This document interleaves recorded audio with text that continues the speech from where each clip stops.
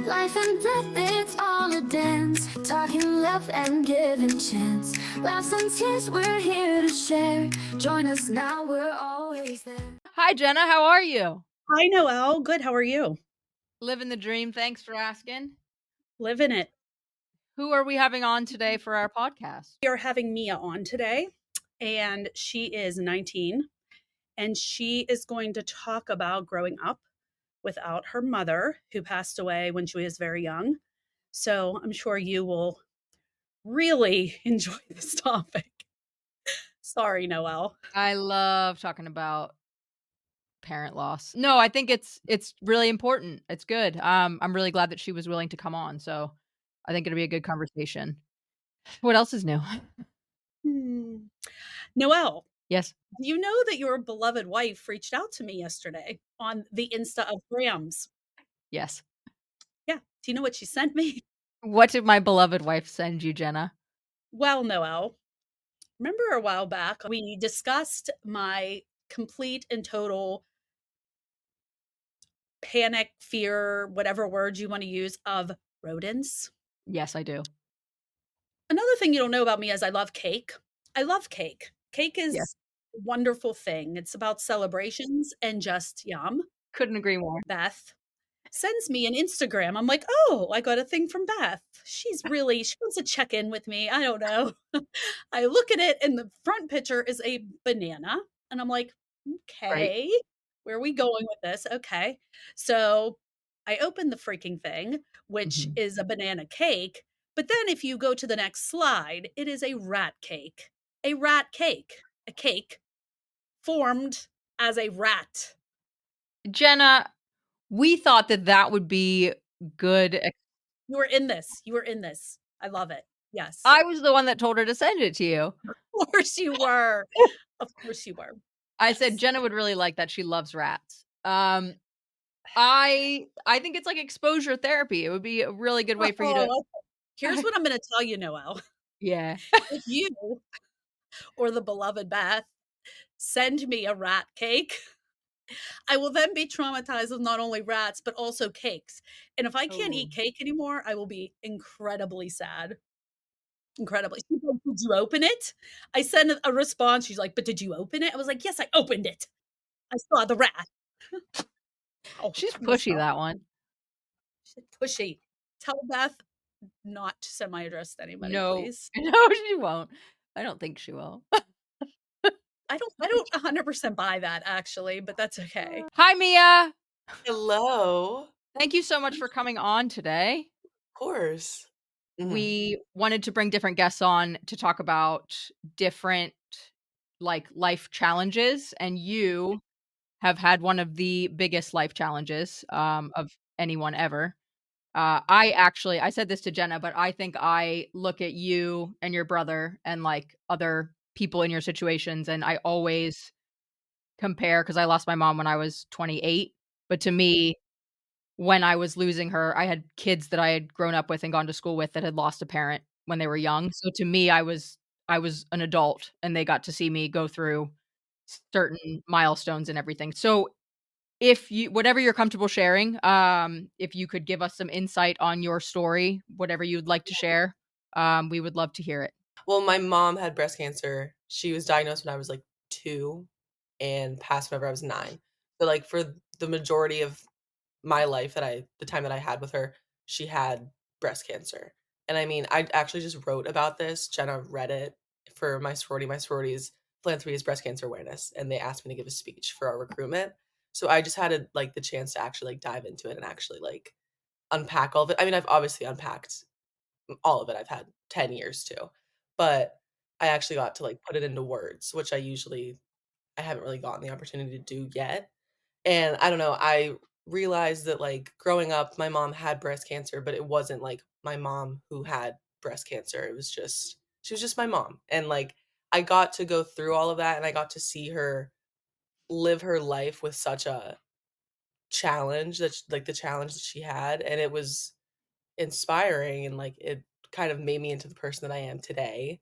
And I got to experience, like you said, something that most people don't go through at such a young age, and it just formed me into who I am, and it gave me the outlook on life that I have right now.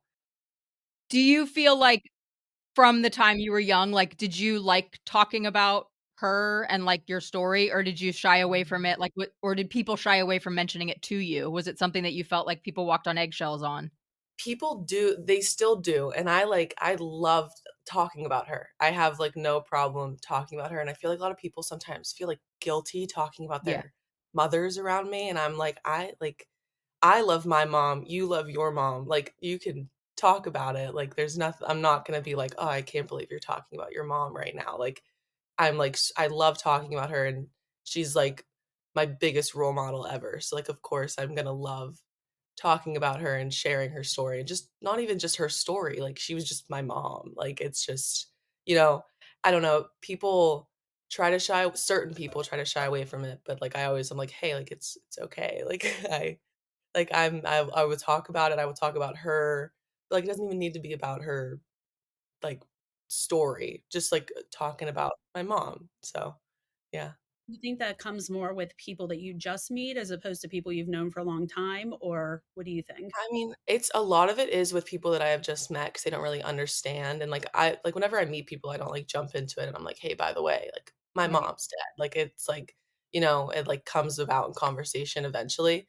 Yeah, I don't know, it's usually with people that I have just met that, like, don't really know how to go about it, and I'm just like, "Hey, like, it's all good."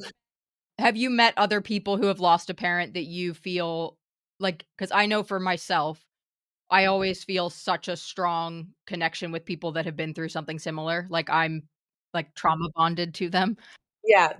Yeah, no one that I've met. I mean, there have been a few people that I've met that have lost parents so young, but the majority of them have, like, lost them after I've lost my mom, and I've, like, seen them go through it, and, like, I understand.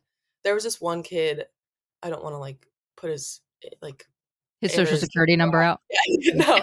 Yeah, so I go to college with him, and we're fairly close, we have the same friends, and he just lost his mom this past year, and, like, I don't know, ever since then, like, I've seen how people, like, have treated him, and, like, I don't know, I feel like that just, like, I don't wanna say it makes it worse for people to be, like, babying him and, like but, like, obviously, you have to, like, understand the situation, but like, I kind of, like, saw I knew what he was going through, and no one knew until he told anyone, which was, like, impressive because you would have no clue until he actually, like, let people know that his mom wasn't doing well.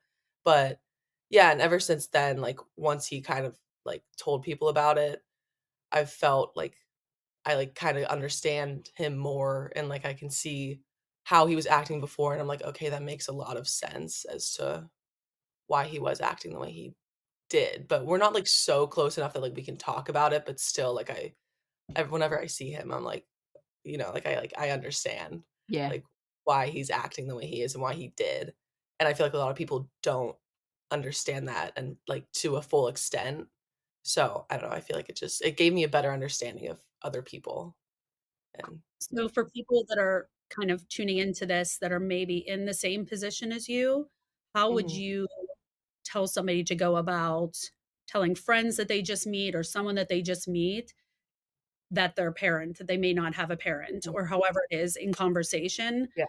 Would you kind of recommend that do that? Trying to think, well, I'm very, like, forward with how I talk to people, and I'm very, like, just like, "Hey, by the way, this."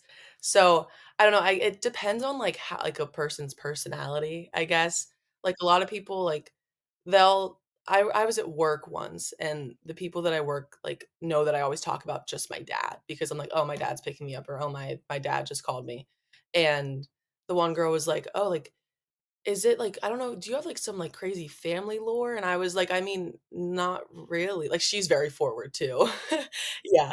And I was like, "I mean, like, kind of." And I was like, "Well, I mean, my mom passed." I just kinda, like, just said it because at this point, like, I've come to, like, understand everything, and I'm, like, past all the like, I'm, like, I've accepted it, and, like, obviously, I'm still, like, grieving her, but I've accepted it, like, the reality of it. So I just was just like, "Yeah, my mom passed." I just say that. I'm not like, "Oh, yeah, she had breast cancer, blah, blah, blah." I'm just, "Yeah, she passed when I was younger." Do you think it was more difficult when you were younger, being able to Oh, say that? yeah, definitely. Because like, I was still dealing with everything that came along with it. But now I've come to a point where I'm like, "Okay, yeah, that's it's just what it is," and, like, that's not the greatest thing to, like, think about, but it's like there's nothing I can do about it. I'm, like, grateful for the time that I had with her and, like, everything that she's done for me and my family, but, you know, just like, yeah, she's passed. I It's mean, I think that's you know? incredibly healthy to put it that way because you've went through the process, which I guess is a good thing to point out also to people that, like, you have to start somewhere when this happens, and it's not Mhm. where you're at right now. You have to get to a Mhm. point where you're at right now, Yeah, and you don't have to rush it, it seems like. yeah. It takes time to get comfortable with the idea and, like, the reality and being able to say, like, to people, like, "Oh, yeah, my mom has passed away," and for a long time, I was like I don't know, I don't wanna say embarrassed, but I like, like, everyone has their mom and dad, and, like, I was just for me, it was just, oh, like, my dad, and, like, you feel, like, a little abnormal, but after a while, it's you're like, you realize you're not the only one going through this. There are other people out there who have lost their parents, and, like, I am grateful enough to have been able to spend as much time as I did with my mom. So, like, I don't know, it's like it's a part of me, so I realized to not be, like, embarrassed or, like, shy about it. Like, it's a part of my life, it's part of my story, so I'm just, like, open about it, and I'm comfortable with it now, and it took a lot of time, but it's been a like, even in high school, I was still, like most people knew I was not as, like I've accepted it at that point, but yeah. I think there are also 2 layers to it as well because there's as a kid, I'm sure you becoming comfortable with the subject, but there's also this sort of unspoken thing where or maybe it's just me that does this, but where you also are trying to protect other people's comfort, which is Yeah, crazy definitely. and stupid, Yeah. like, it's not something that's necessary, but that's also something I think that you sort of have to work through as well, is just getting past that need to Yeah. appease other people's comfort Mhm. levels. And I Yeah. also think too, like, it's amazing that you are comfortable with it and have Mhm. accepted it, as you say. Obviously, you're gonna grieve forever, but Yeah. you also are I mean, you wrote something about it, like, you're doing something and turning it into something productive, which is incredible. Yeah, I feel like that's also another way to, like, fully become comfortable with it, and, like, also another thing is talking to the people around you about it. Like, for a while I also did this last year, I did a project on grief, and I interviewed my brother, my dad, and my grandma, and, like, yeah, I never, like, really talked about it in depth, at least with my brother, like, never once. He's very, like, to himself, and I was so surprised whenever he agreed to do this with me. I was like, "Oh, okay." How old was your brother when your mom passed away? He was 7. Oh, So, okay. yeah, he was younger and I mean, we were still fairly the same age, but still, like, 2 Yeah. years. He was in, what, 2nd grade? So, yeah, I think he handled it a lot differently than I have, but from, like, talking with him about it, I was like, "Okay, yeah, it makes a lot of sense as to why." Like, I don't wanna say, like, you are the way you are, but, like, how you Yeah. handle things, it makes a lot of sense.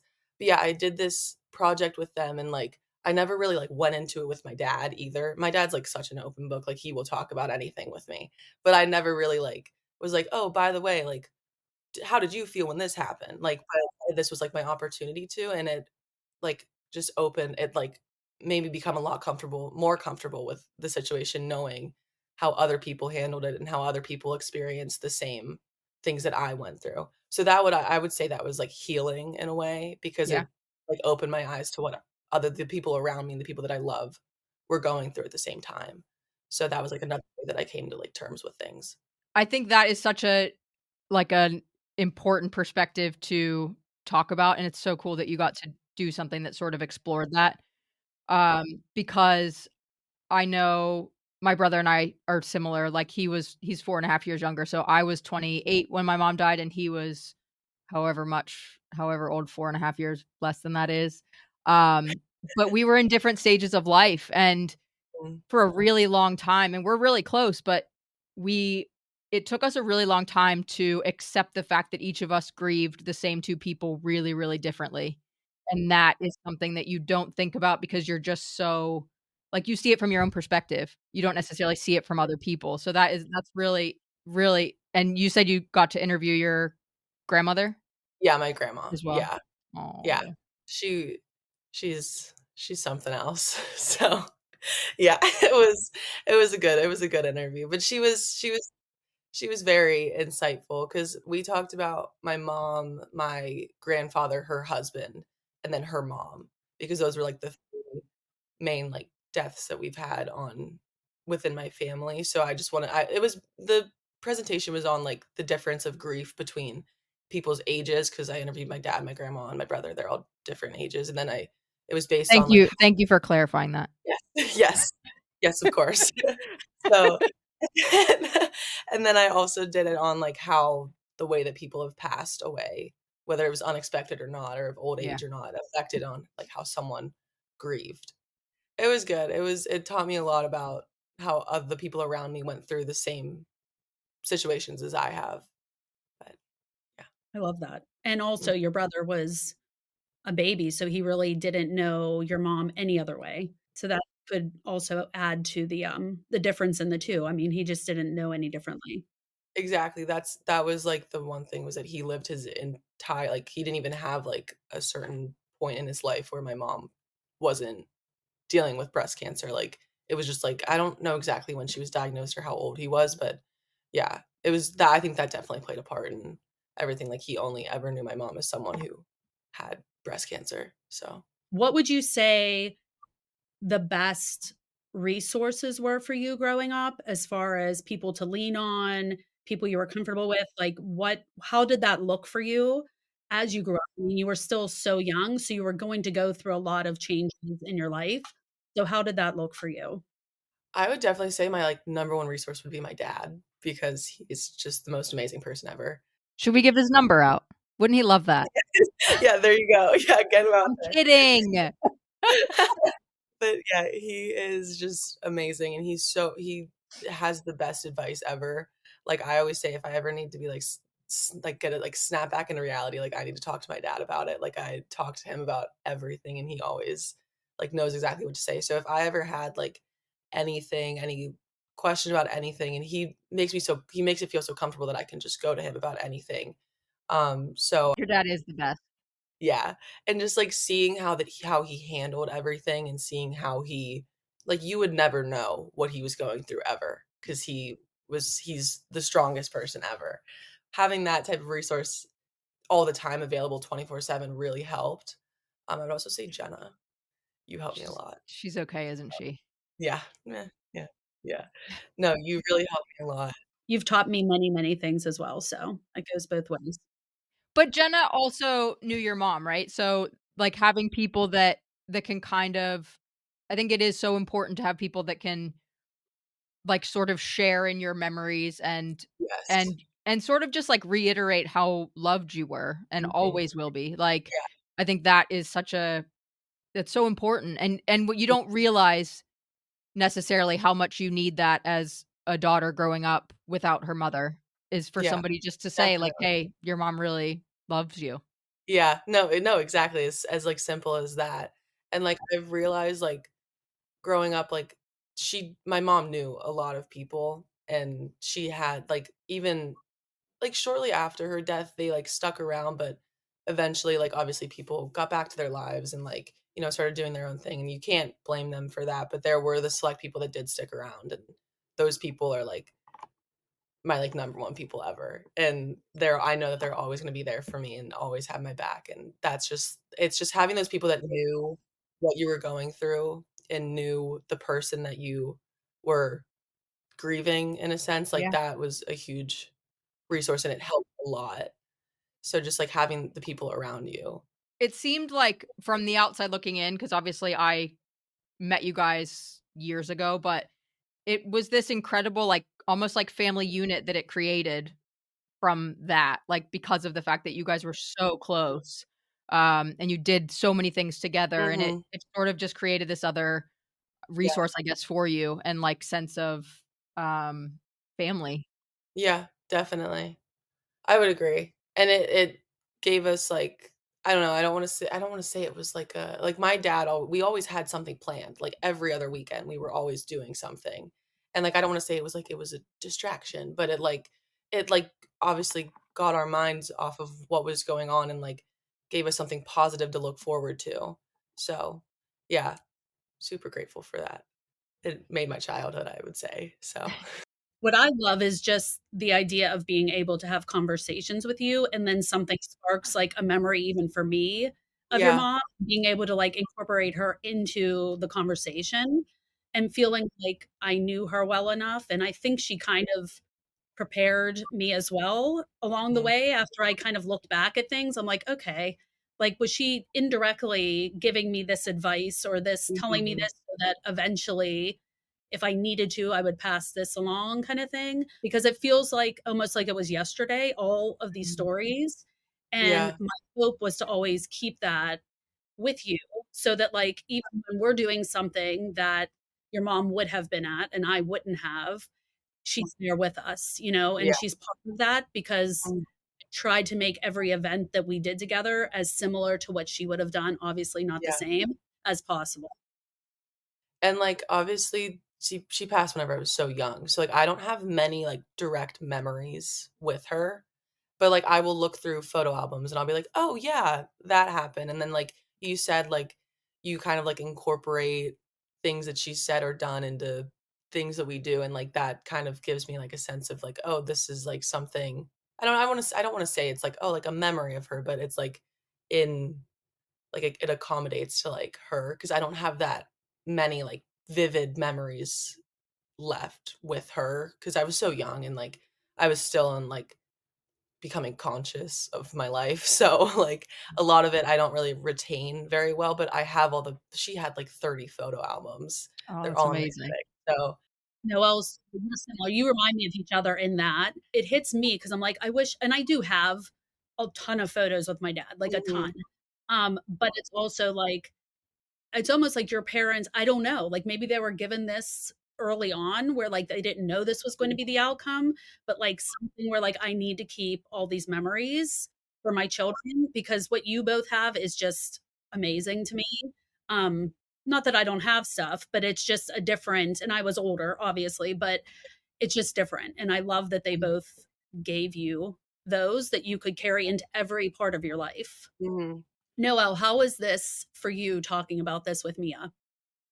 Oh, this has been amazing. Like, I think it's such a thank you so much for being so open about it, but it is like and I probably am one of the people that shies away from talking to people that have lost someone when they were young, unless it's like a foundation of our friendship or like something where it's somebody that's, around my age that sort of shares that with me. But I think it is something that like it's such a unique perspective that you've given and and your story is amazing and I love that you've carried your mom's memory on and yeah, it's crazy. Like I remember meeting you years ago and sort of knowing of your story and it's insane that you're all grown up. I know. When you talk about your childhood, I'm like, you are still a child Yeah. though, but you're not. It just feels like I think to me, like somebody that's lost somebody at such a or their parent at such a young age, like it's such a sacred thing for you to share with us, because it is your memory of them, and something that, that happened to you as a child, so thank you very much for being so Yeah. open about it and for being willing to talk about it. Is Yeah. there any advice that you would give little Mia if you could go I back was just and gonna say that. You're welcome, did I take your thought? Literally was going to say it wasn't the thought, but it is a thought. I mean, this might be, like, so cliche, but, like, it gets better. It Sure. really does. Like, whenever I was just, like, in high school, I still was, like, dealing with all of it because I was going through such, like, a big change in my life, like, from grade school to high school and, like, thinking about it, like, in grade school, I had my mom around, so I was, like, moving to a next step in my life that she wasn't there, Mm. and then it was, like, everything following. Graduating high school, going to college, getting an apartment, things like that, like, my senior rec volleyball game, like, it was even just the small things like that. But I it I would tell myself that it does get better and you will eventually accept it and fully understand it and be able to give back in certain ways. And that was all I've ever wanted to do, and now I'm actually finding that outlet to do that. So, yeah, I would just say that it gets better and it takes time too, because and I mean, it's never gonna be over. I'm never gonna get over it, but it's become a part of me. And it's a part of who I am, and it's my story, and it's to understand me, you have to understand that. So, I think I just needed to come to terms with that that's it's just how your life is. And that's like an awful thing to like say, but it's No, the I think truth. it makes sense. I think that's a very smart way and a good way to move forward because if you stay stuck in the like, this is a bad nightmare, like I can't wake up from this, you're living and you are living. You've accomplished so much. You're doing so much. And can you tell everybody what your goals are as far as what you're doing in college?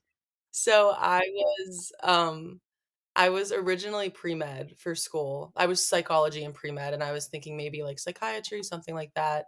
But then this year came around and I was like, this is not really what I want to do. So I was talking to Jenna and I was talking to my career development person at school, and I was like, I don't know, like I gave them like a list of things that I want to do, and like I was like, I want to do this, this, this, and this. How do I incorporate it into one?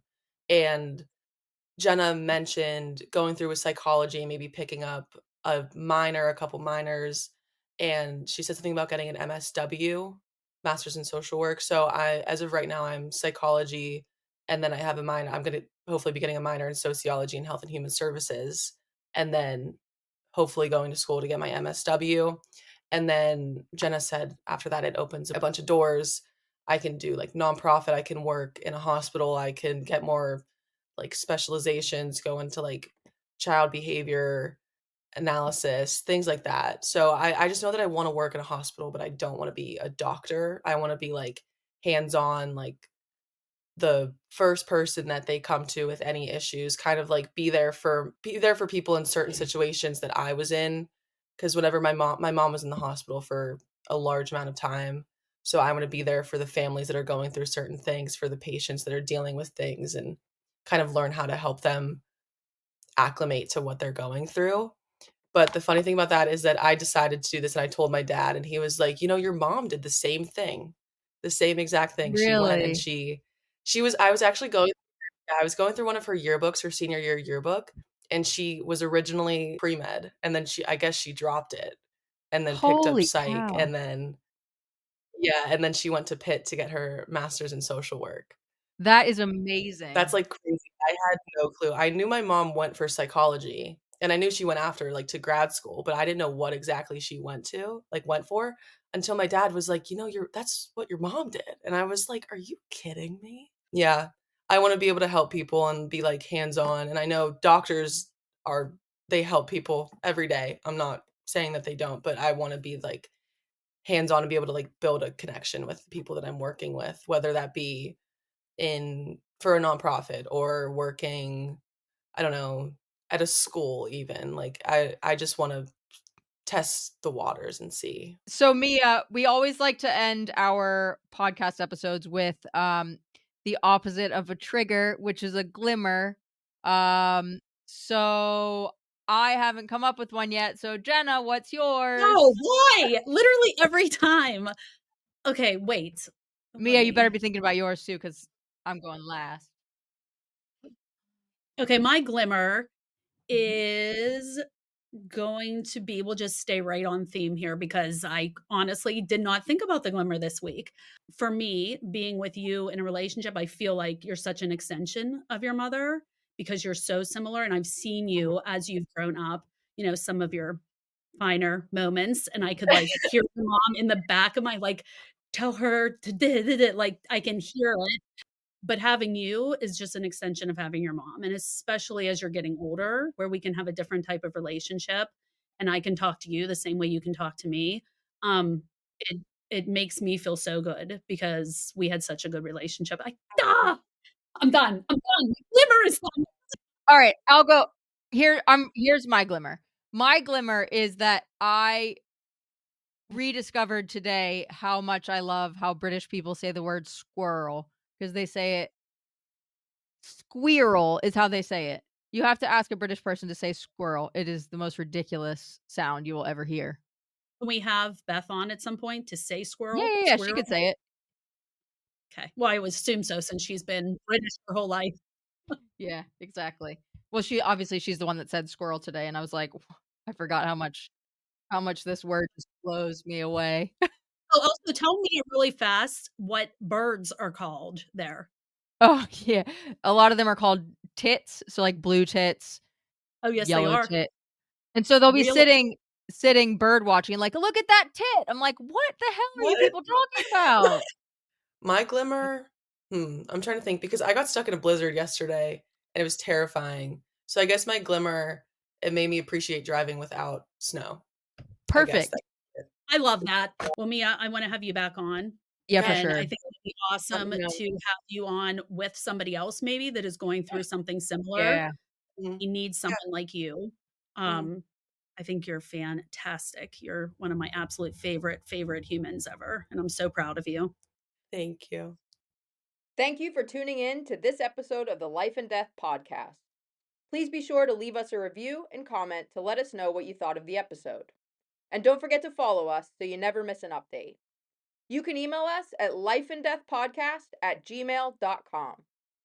You'll find Genna on Instagram under the handle Genna Marie Life Coaching, and I, Noelle, can be found at Noelle E. Carlin. Through ups and downs, finding smiles beyond the frowns. Stay with us, we'll light the way. See you next time, bright and gay.